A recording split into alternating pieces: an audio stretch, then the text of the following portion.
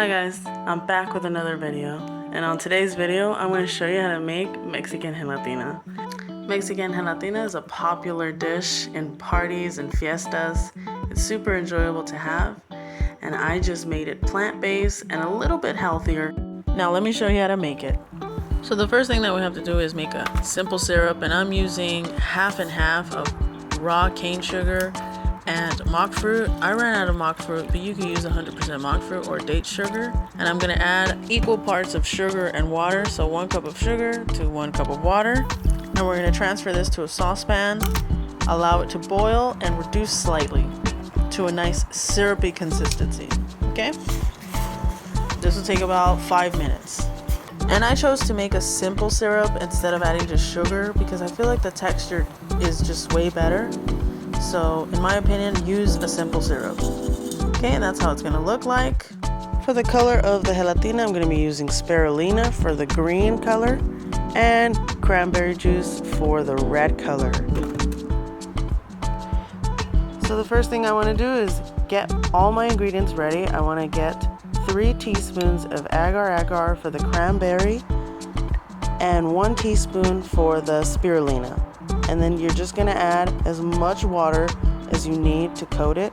I would recommend for the 3 teaspoons, 6 teaspoons of water.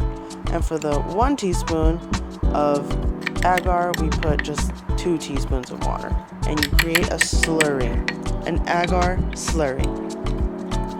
So now that we have all our ingredients put together, we've measured everything out, I'm gonna start on the cranberry juice. I did add some lemon juice, but I did not show you, but you don't have to. We're gonna add 2 cups of cranberry juice, 500 milliliters. Add that to a saucepan. We transfer it to a stove, and we want this cranberry juice to come to a boil. Once our cranberry juice is boiling, we're ready to add our agar slurry. So I'm gonna add my agar slurry while the cranberry juice is boiling, and I'm going to continue stirring for a few more seconds. I would say about 45 seconds. Continue to stir until the agar slurry has completely dissolved. Add 1 cup of simple syrup. So every time you use a liquid that has a high acidity level, you're going to need to use a good amount of agar. So this one has twice as the amount as the green liquid because of the acidity level. So just a little tip here, every single time you do a gelatina or jello, if it has lemon or acid in it, you're going to need to bump up the agar a little bit more because it needs to be stronger. Okay, so the agar has completely dissolved, and I'm ready to place it in my containers. And I prefer using plastic containers for the gelatina because when you try to remove it, it's more flexible and it's just a little bit easier, but you could also use glass. I used glass for the green one and I didn't have a problem at all, so you're good to go.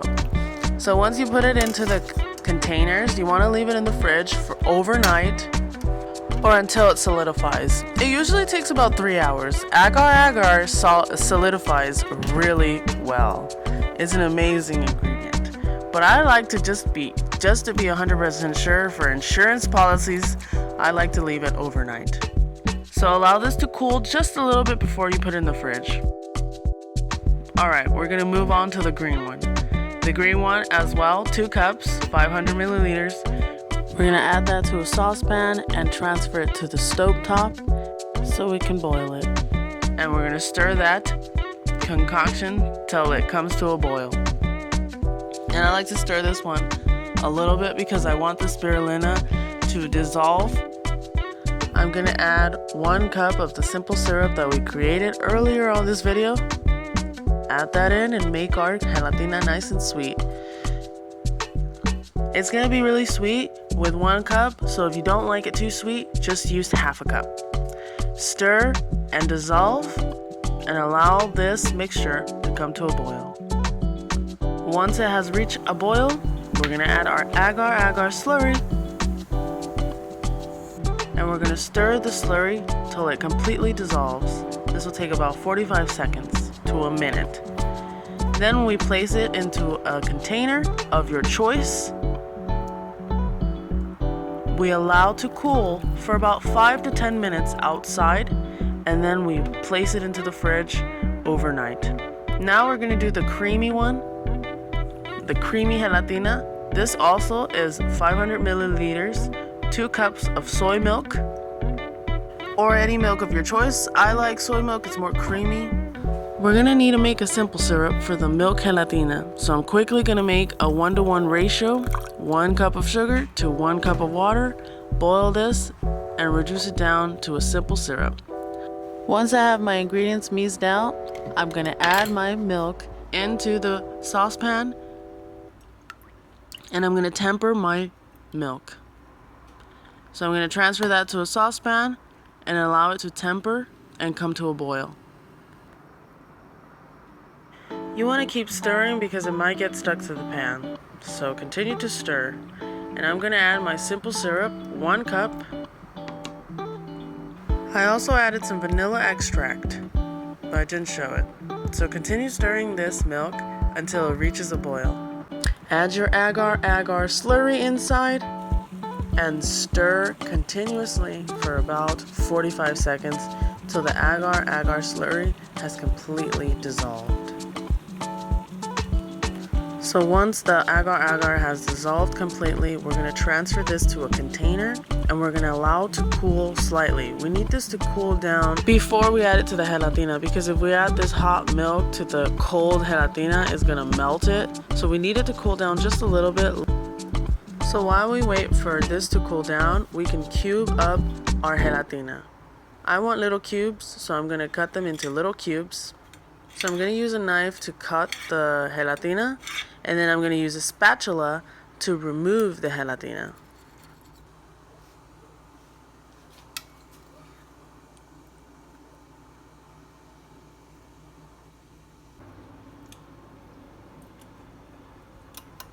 So I'm going to start with the red gelatina. I'm going to place red gelatina at the bottom of the pan, and then I'm going to add my milk gelatina and submerge it.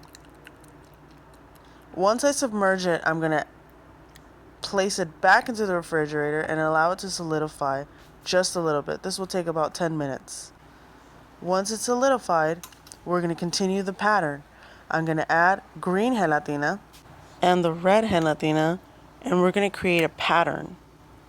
Once the pattern is to my liking, I'm going to add more of the cream gelatina at the top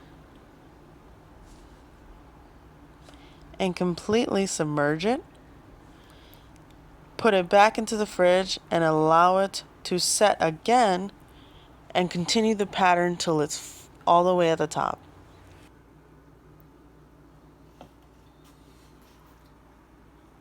I'm going to add a plastic wrap and place it in the fridge overnight. If you're in a rush, you can set it in the fridge for 3 to 5 hours. Once it's completely set, this is how it's going to look, and this is the end result. I'm going to flip it over and put it on a serving tray. Well, there you have it, friends. A Mexican gelatina. Well, anyways, thank you for watching, and I'll see you on the next one.